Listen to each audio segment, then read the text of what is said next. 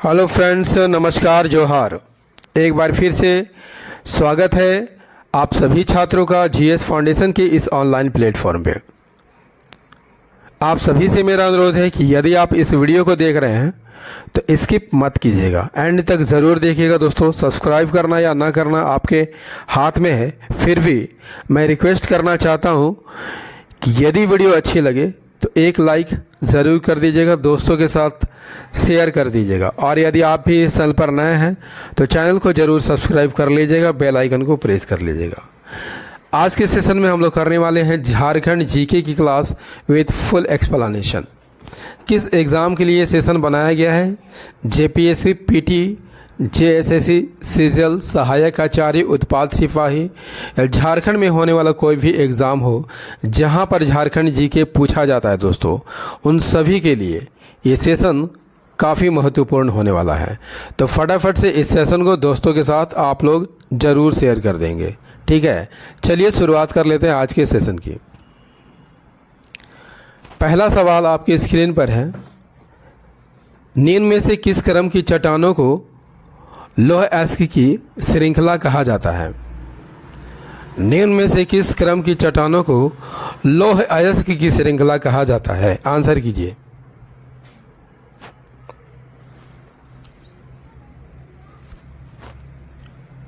लौह अयस्क की श्रृंखला किसे कहा जाता है? सही आंसर हो जाएगा ऑप्शन ए, धारवाड़ क्रम की चट्टानों को।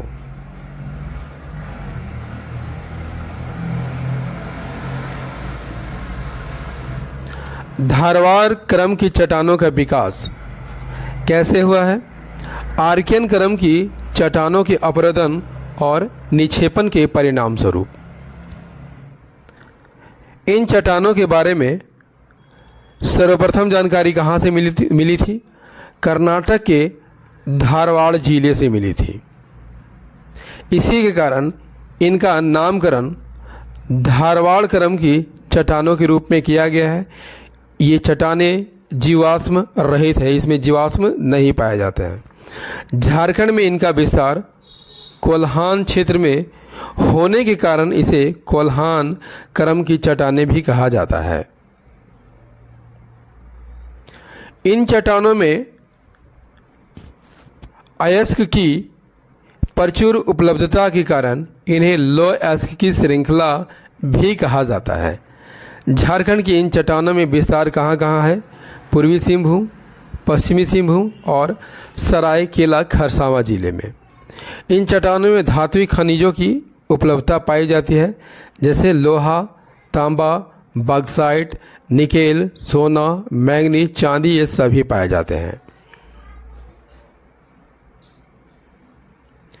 नेक्स्ट क्वेश्चन है, झारखंड का दूसरा सबसे ऊंचा पहाड़ क्षेत्र कौन है? झारखंड का दूसरा सबसे ऊंचा पहाड़ क्षेत्र कौन है? झारखंड का दूसरा सबसे ऊंचा पहाड़ क्षेत्र कौन है दोस्तों? सही आंसर हो जाएगा ऑप्शन ए, गणेशपुर पहाड़। झारखंड के सबसे ऊंचा पहाड़ क्षेत्र कौन है? नेतरहाट पहाड़ है, जिसकी ऊंचाई कितनी है? 1180 मीटर। दूसरे नंबर पर गणेशपुर पहाड़ का स्थान है, ऊंचाई कितनी है? 1171 मीटर। और तीसरे नंबर पर जनीरा पहाड़ का स्थान है 1142 मीटर। चलिए देखते हैं नेक्स्ट क्वेश्चन। नेक्स्ट है, सोन नदी इनमें से किसकी सहायक है? सोन नदी इनमें से किसकी सहायक है? सही आंसर हो जाएगा गंगा नदी की सहायक नदी है।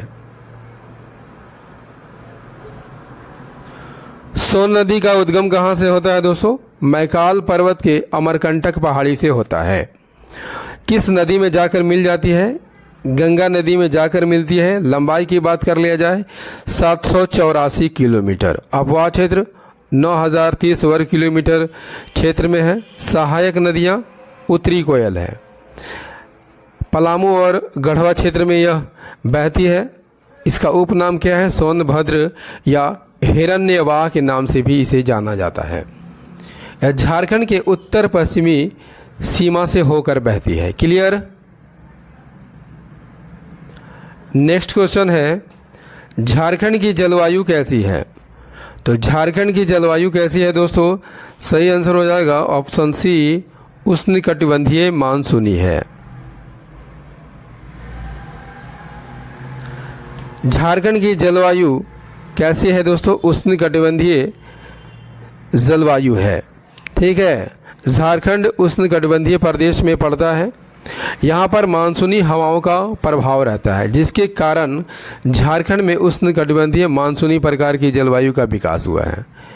यहाँ ग्रीष्म ऋतु, शीत ऋतु और वर्षा ऋतु के मौसम में काफ़ी अंतर होता है।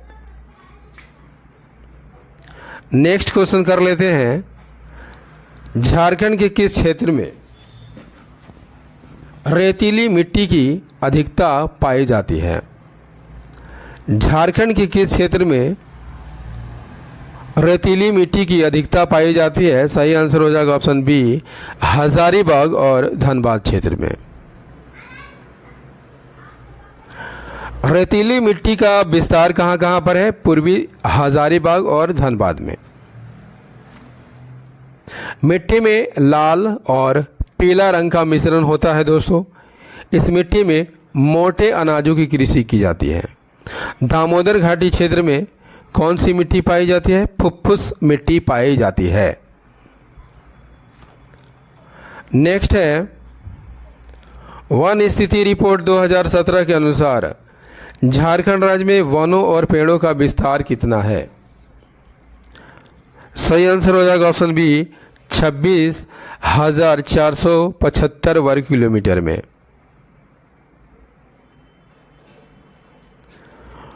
भारतीय वन सर्वेक्षण का मुख्यालय कहाँ है? यदि आपसे पूछ लिया जाए, देहरादून है। इसी के द्वारा प्रकाशित वन स्थिति रिपोर्ट के अनुसार झारखंड राज्य में 26,475 वर्ग किलोमीटर क्षेत्र में वन और पेड़ों का विस्तार है। ठीक है,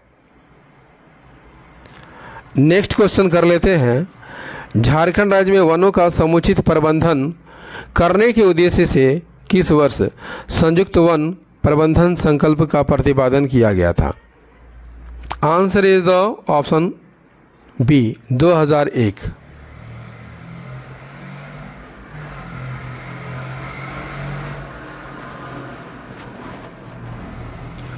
संयुक्त वन प्रबंधन संकल्प कब लाया गया था? 2001 में लाया गया था।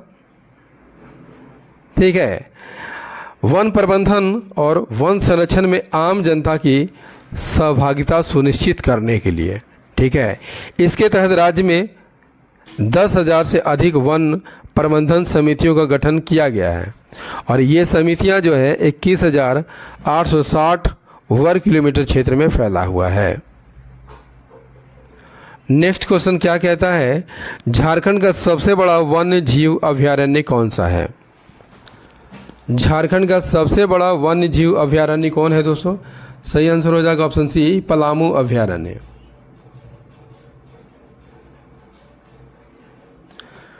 राज्य का सबसे बड़ा अभयारण्य बता चुका हूँ, पलामू अभयारण्य है। इसका विस्तार 794 वर्ग किलोमीटर क्षेत्र में फैला हुआ है।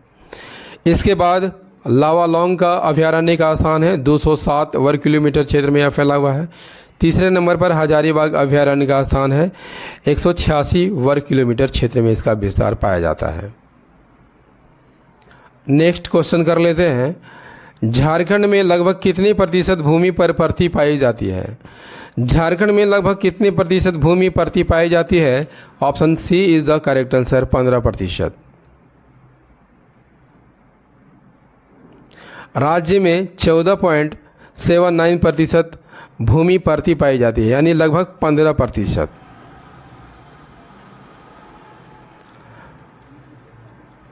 राज्य के कुल संचित क्षेत्र में कुओं का योगदान लगभग कितना प्रतिशत है?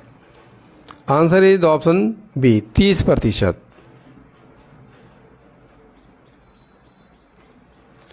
कुआं आप सभी जानते हैं दोस्तों, सिंचाई का एक परंपरागत साधन है। झारखंड में कुल सिंचित क्षेत्र में कुआं का योगदान कितना है? 30% है। कुआं द्वारा सबसे अधिक सिंचाई किस ज़िले में होती है? गुमला ज़िले में होती है। इसके बाद गिरिडीह, रांची, धनबाद, हजारीबाग, पूर्वी सिंहभूम, पश्चिमी सिंहभूम ज़िले का स्थान आता है। दोस्तों सेशन कैसा लग रहा है एक बार कमेंट करके ज़रूर बताइएगा। आपके कमेंट का हमेशा हमें इंतज़ार रहता है दोस्तों। आपके एक कमेंट से हमारा मोटिवेशन जो है काफ़ी हाई लेवल पर चला जाता है।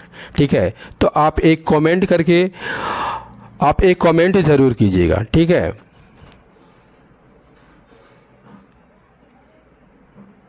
नेक्स्ट है तिलैया बांध की जल ग्रहण क्षमता कितनी है?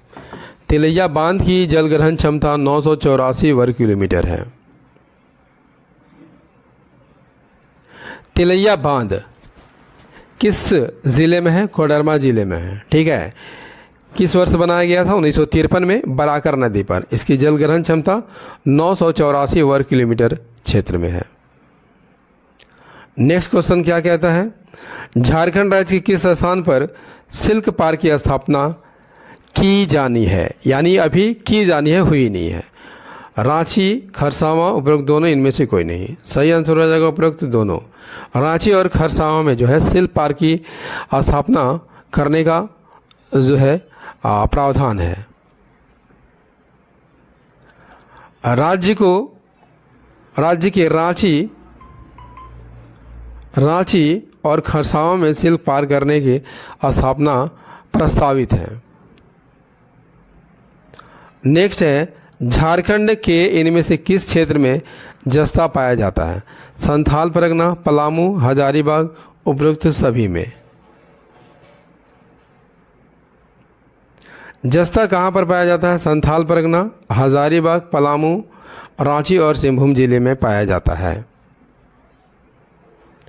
नेक्स्ट है टाटा स्टील को मैग्नीज और क्रोमाइट की प्राप्ति किस स्थान से होती है? टाटा स्टील को मैग्नीज और क्रोमाइट की प्राप्ति किस स्थान से होती है? सही आंसर हो जाएगा चाईबासा से।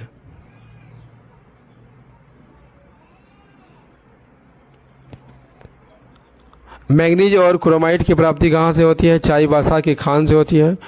कोकिंग कोयला रानीगंज और झरिया से होती है। चूना पत्थर और डोलोमाइट सुंदरगढ़ ओडिशा से। और कच्चा लोहा कहाँ से प्राप्त होती है? मयूरभंज और नोवामुंडी से।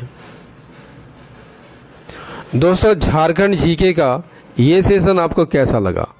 बहुत ही कम समय में आपको काफ़ी अति महत्वपूर्ण जो है सेशन उपलब्ध कराया है। दोस्तों सेशन कैसा लगा कमेंट करके ज़रूर बताइएगा। यदि सेशन पसंद आया हो तो एक लाइक अवश्य कर दीजिएगा, दोस्तों के साथ शेयर कर दीजिएगा। और यदि आप भी इस चैनल पर नए हैं तो चैनल को ज़रूर सब्सक्राइब कर लीजिएगा, बेल आइकन को प्रेस कर लीजिएगा। तो मिलते हैं अगले सेशन में, तब तक के लिए जय हिंद, धन्यवाद।